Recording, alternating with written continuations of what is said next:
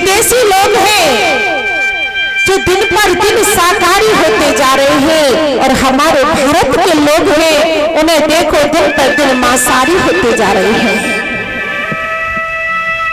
अंडा खाना, मद्यपान करना, दूसरे जीवों को काट करके खा जाना, हमारे देश में ये क्या होता जा रहा है। वृंदावन गए हो, वृंदावन में देखा है कि कितने विदेशी लोग हैं भगवान का कीर्तन करते रहते हैं, जहां देखो तन्मय होकर के नाचते रहते हैं। और यहाँ भारत के लोग क्या कर रहे हैं?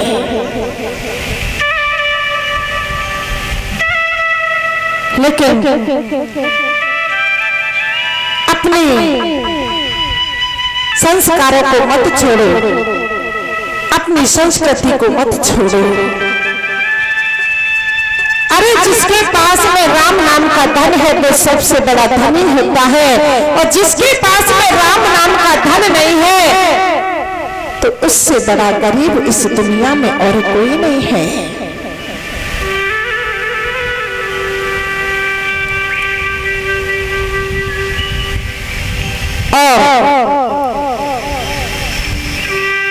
यही चीज मीरा जी ने कहा कि जब मुझे रतन मिल गया तो मैं ये सब चीजें लेकर के क्या करूंगी। और कहने लगी, ताया जी मैंने राम रतन धन पायो, लेकिन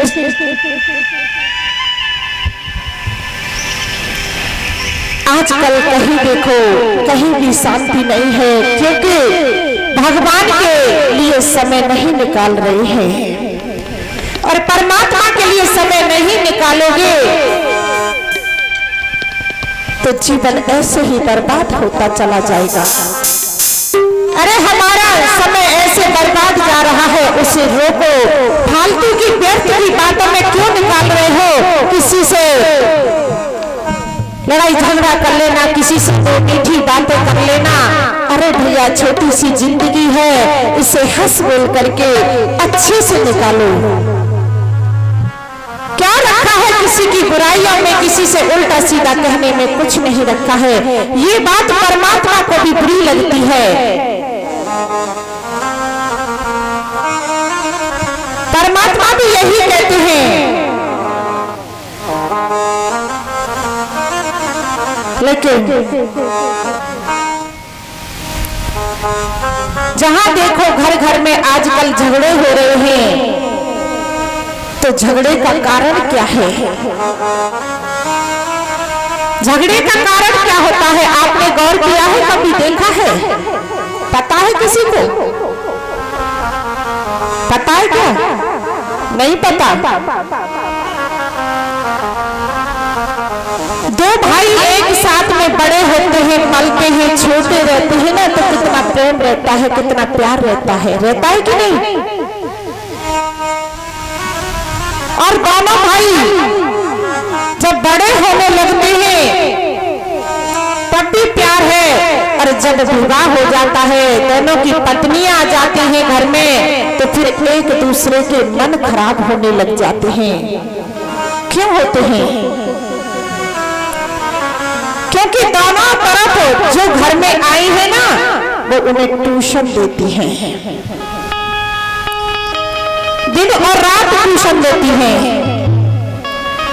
अब बताओ, जब 10-20 बात बोलेंगी तो 2-4 बात तो समझ में आनी है। आती है कि नहीं समझ में? यही होता है। छोटे भाई की जो पत्नी है वो अपने बच्चों को भड़काती है कि तेरे ताऊ ऐसे हैं, कि तेरी ताई ऐसी है, उनसे बात नहीं करना, उनसे बोलना नहीं, उनसे मतलब नहीं रखना है। और ऐसे ही बड़े भाई की पत्नी है वो अपने बच्चों को कहती है। दोनों तरफ से ऐसे ही ट्यूशन मिलता है, तो एक दूसरे का मन खराब होने लगता है, फिर मिलजुल करके नहीं रहते हैं। एक बार क्या हुआ कि दो भाई थे, तो बड़े भाई और छोटे भाई में दोनों में बड़ा प्यार था, प्रेम था, बड़ा प्रेम था। लेकिन जब पत्नी थी वे दोनों की, तो उन आपस में दोनों की नहीं बनती तो ना किसी से आना जाना, ना मतलब है, ना बोल चाल है, कुछ नहीं था। अब बड़ा भाई अब मर जाता है, मर गया तो बड़े भाई के चार बेटे थे, छोटे भाई के भी दो बेटे थे। अब मर गए तो मरने के बाद में उस भाई ने देखा कि मेरा भाई मर चुका है, जीते जी उसे मिलने नहीं दिया, पास में आने नहीं दिया, बैठने नहीं दिया। उसने कहा कि मेरा भाई मर गया है, अब तो मैं अपने भाई के पास जाऊंगा, अब मुझे तुम नहीं रोक सकती हो।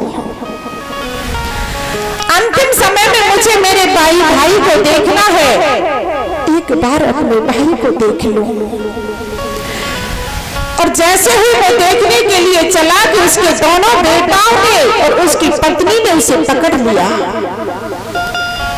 और रोक दिया कि नहीं, तुम नहीं जाओगे, उससे कोई मतलब नहीं है, और उसे एक कमरे में बंद कर दिया। उसे कमरे में बंद कर दिया जाता है। तो सभी आते हैं, पहले दिन दान संस्कार होता है। सबने देखा कि सब लोग हैं यहाँ पर, लेकिन इनका भाई नहीं दिख रहा है, क्योंकि भाई को कमरे में बंद कर दिया, बाहर से ताला लगा दिया, और भाई अंदर कमरे में रो रहा है कि आज अंतिम समय में भी मुझे मेरे भाई को नहीं देखने दिया।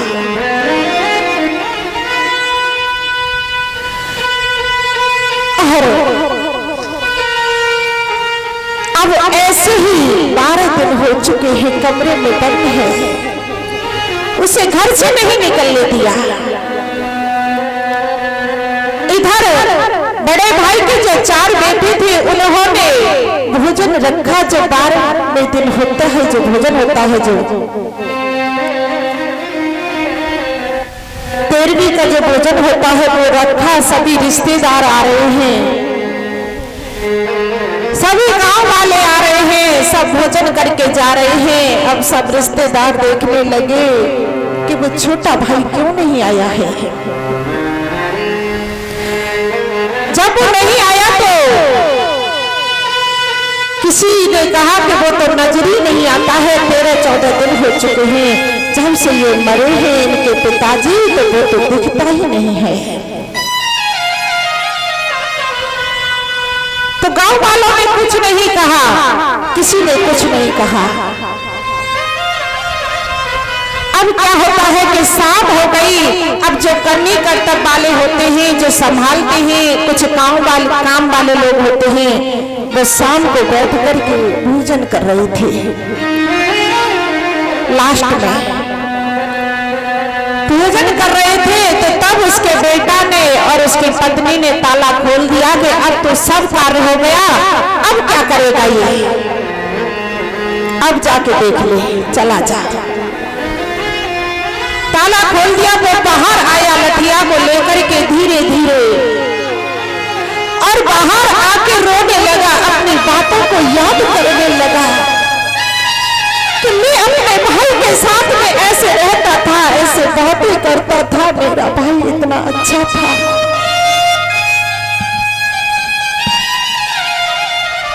लेकिन मेरे भाई को इस पत्नी ने और इन बेटों ने मुझे देखने नहीं दिया।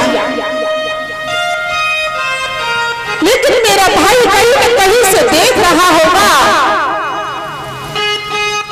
मैं चाहता हूँ थोड़ा कुछ बचा होगा तो मैं पा करके जरूर आऊंगा।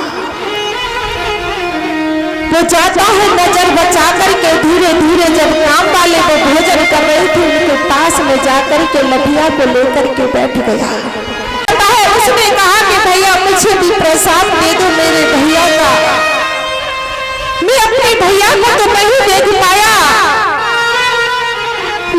प्लीज तुम मुझे वंचित मत करो, मुझे थोड़ा सा प्रसाद दे दो। अब काम वालों के साथ में वो बैठा है, भोजन कर रहा है, तो किसी ने जाकर के कहा कि देखो तुम्हारे जो चाचा है ना वो भोजन कर रहे हैं काम वाले लोगों के साथ में बैठ करके। तो वो चारों बेटा आए दौड़ करके, उन्होंने देखा कि अरे चाचा तुम ऐसे क्यों बैठ करके इनके साथ भोजन कर रहे हो, तुम कहाँ गए थे, 13-14 दिन से तुम्हें देखा नहीं। तो चाचा रोने लगा जोर से और उन चारों बेटों को गले से लगा लिया और रोने लगा कि बेटा मैंने तुम्हें अपने पुत्रों से कभी कम नहीं समझा, मैंने अपने बेटों से भी ज्यादा बेटा समझा है, प्यार किया है। लेकिन घर में ये आ जाती है ना ट्यूशन देने वाली, इसने हम भाई भाई को मिलकर के नहीं रहने दिया, साथ में नहीं बैठने दिया और अंतिम समय में भी मेरे भाई के मुझे दर्शन नहीं करने दिए। इस दुनिया से मेरा भाई चला गया, अब मैं अकेला बचा हूँ। बेटा मैं ही तुम्हारा पिता हूँ, तुम मेरे पुत्र हो। उन्होंने कहा कि चाचा हम समझते हैं, जानते हैं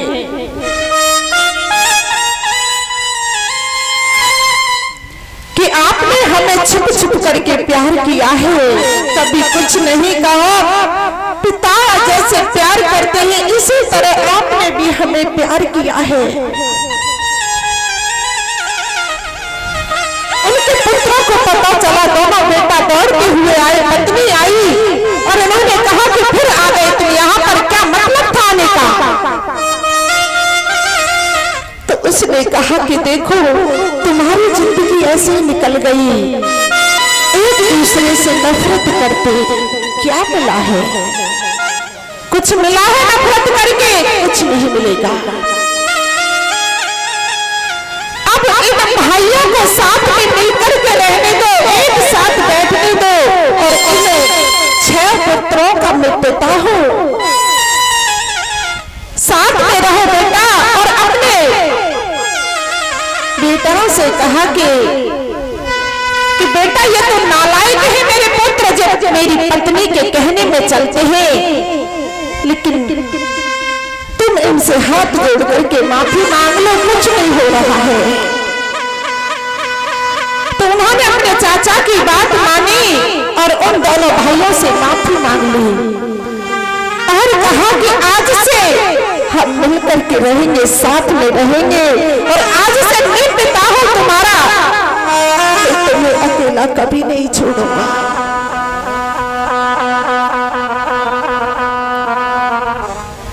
तो ऐसा करना सभी बंद कीजिए माताएं, क्योंकि भाई भाइयों को मिलकर के क्यों नहीं रहती हो, क्यों नहीं रहने देती हो उन्हें मिलकर के? तुम अपने भाई के बगैर रह सकती हो? तुम कितनी भी दूर चली जाओ, अपने भाई से बात करे बगैर नहीं रहोगी, अपने भाई के पास जाए बगैर नहीं रह सकती हो। तो फिर उन भाई भाइयों को क्यों अलग करती हो? प्यार से रहा करो, अच्छे संस्कार दो अपने बच्चों को।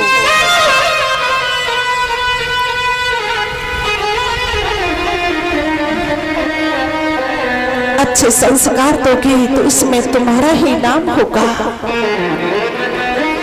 तुम्हारी ही शान है, इसमें किसी और की नहीं है।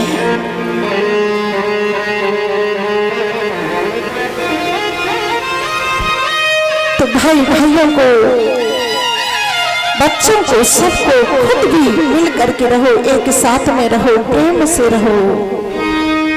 क्या जाता है? कुछ नहीं जाता।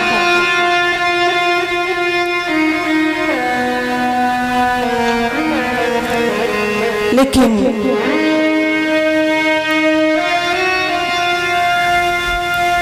आज से मानोगे ये बात? ये हर घर की कहानी है, हर घर की बात है, ये एक घर की नहीं है। कहीं चले जाओ यही मिलेगा हर जगह। तो अपने आप को बदलो, बदलने की कोशिश करो, सभी प्यार से रहो, एक साथ में रहो, भगवान का भजन करो, भक्ति करो।